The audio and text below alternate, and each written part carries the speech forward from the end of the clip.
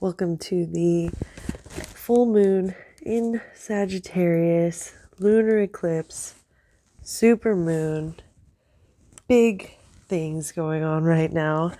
We've got 3 cards here. We've got the camel card, fire element card. We've got Frig's grass, which is the 4 of wands in this deck. And we've got the pink Gari card, which is a pink pickled ginger, and it says courageous sexuality below it. And I like how these colors go together really beautifully. I want to start with the Frig's grass, which is these beautiful yellow flowers that this used to be a plant that they used to stuff mattresses like in ancient times. And because it had a honey-like fragrance that turned into a hay-like fragrance over time, and it was springy, and it also has these enzymes in it that repel or kill fleas. I was researching and I couldn't find out exactly if it actually killed them or just repelled them. Nonetheless, even though they didn't realize it at the time, it was fleas and parasites and things like that was causing a lot of illness.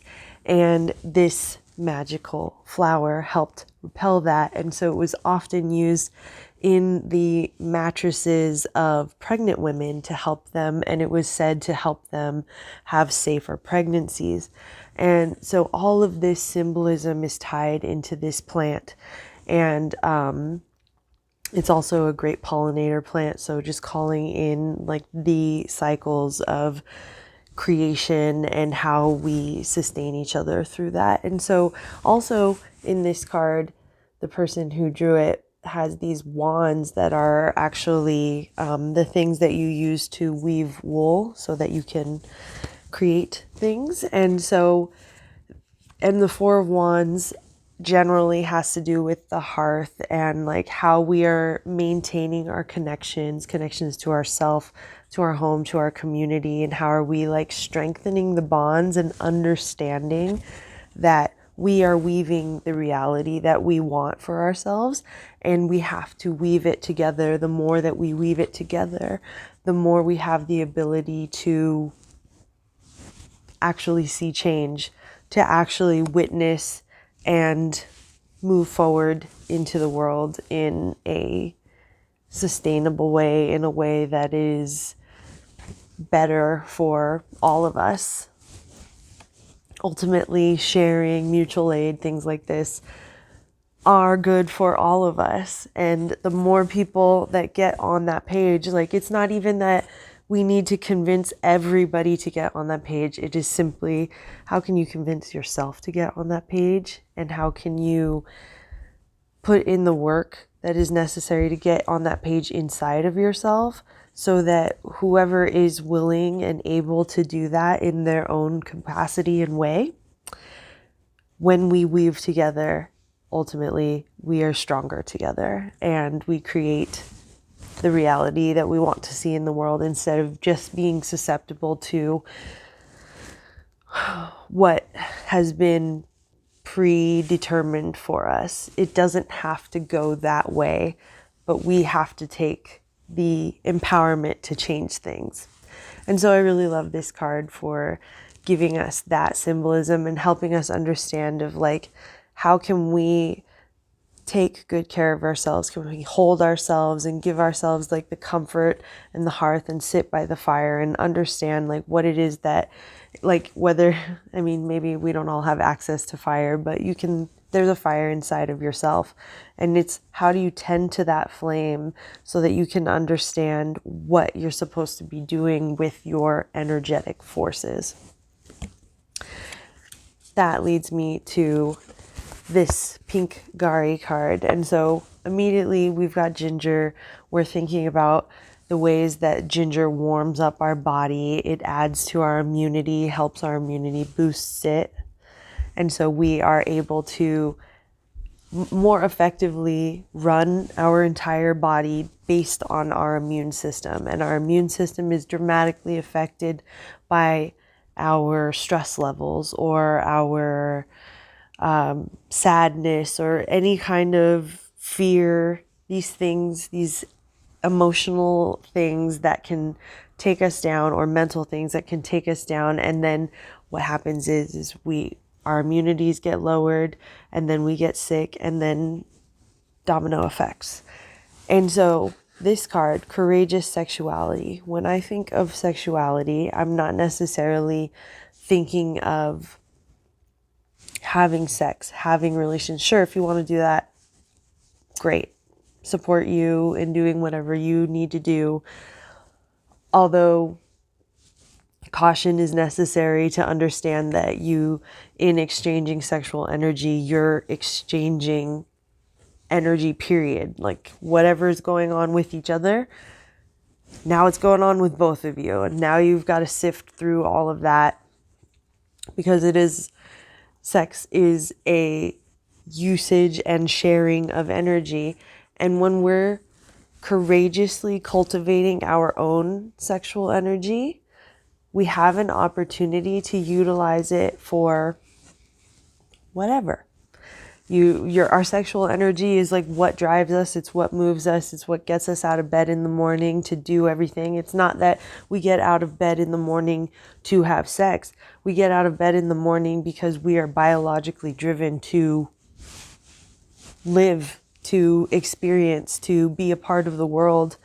And I think that it takes courage simply to want to be here, simply to want to go through the trials and tribulations of being a human.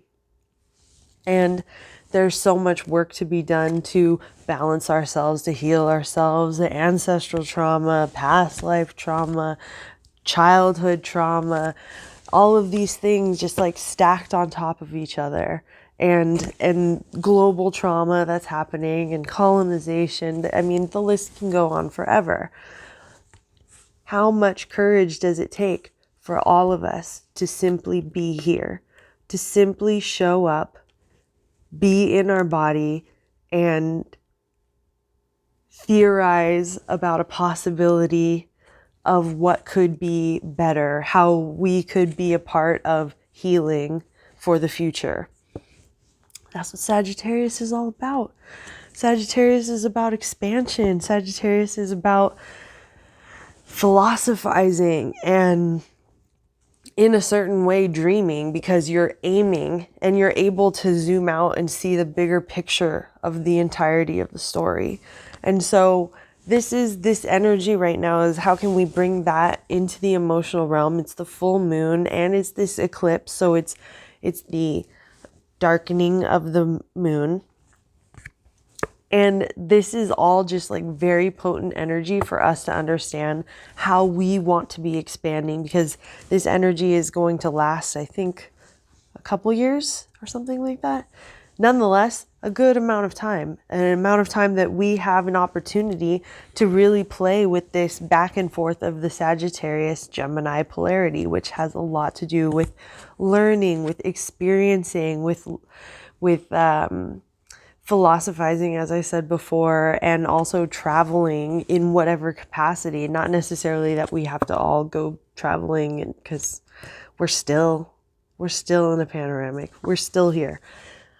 But we do have an opportunity to travel within ourselves. We have an opportunity to understand that quantum reality is real. The sooner we get on that tip, the sooner we could get into things like telepathy, like astral travel, like tapping into the Akashic records. All of these things are absolutely available to us, and there's so much to explore, and none of it requires going anywhere. Cool, yes, I would love to travel. Traveling was amazing at a time, but in this moment, I'm thinking about traveling inside. I'm thinking about what does that look like, and then we can start to see, like, and if we can get on the inside of ourselves, we can actually get to the depths of everything. We could go anywhere. Just things to think about. Things to think about. And the camel. Journeying, obviously, is giving us that journey vibe, but camel does the journey in a very specific way. It's like, it's the ship of a desert, you know? It's carrying community, it's carrying art, it's carrying music, it's carrying books and knowledge across the desert. And it's also holding its energy because it stores water in the fat, in the humps, and can regulate itself so that it has enough water to make the long journey. So this animal and this card and the symbolism with the moon in it also is really telling us, like, we have this opportunity to move through our subconscious right now, to really get to know ourselves, to understand that we have the rations within ourselves to get through whatever is going on right now, because it's not easy for a lot of people. And if we can pay attention to ourselves, if we can really give love and care for ourselves as we go through whatever journey we are going through, we can make it, and we can figure it out, and we can share our energy, and we can create a better existence. Potentially, if we want to, we can do that together. Another cool thing when I was researching these animals, I wanted to read what I wrote down. The camel is connected to the symbolism of the high priestess. As they transport goods and people and culture and community, the priestess transports her abundance of knowledge in the desert of delusion and ignorance. Tell me you don't feel that. If you know America, you feel that. The desert of delusion and ignorance. If you've seen any of the videos that come out daily, you understand what we're talking about here. If you're paying attention at all to America or colonization globally, or the ideas of white supremacy, or as I like to call it, white psychosis worldwide, the ignorance and delusion is real, and it's deeply ingrained, and we all have our own internalized colonization and white supremacist tactics that are baked into us, that we have to constantly ripping down the stones on the walls of these terrible things inside of ourselves in order to come to a place where we could care about connecting and community and sharing and being mutually supportive of each other. But we have the capacity to do that. And this moon is a perfect, beautiful opportunity for us to really just get some idea of where we want to put our energy. Where do we want? Because Sagittarius is all about the shooting of the arrow. And so it wants to, like, where are we putting our energy? The more that we have a goal, the more we're going to be able to attain that goal, because we can focus on the goal and then we can come up with action steps along the way. So take this opportunity to understand, like, where do you want to be putting your energy? What kind of sharing and travel and journeying do you need to be doing right now for your highest good, for the highest good of all? And how can you sustain yourself through that? How can you really focus on, like, the 4 pillars, the weaving of the threads, the creating the beds for yourself that are protective, that give you the space and the opportunity to birth what you need to birth into this world right now?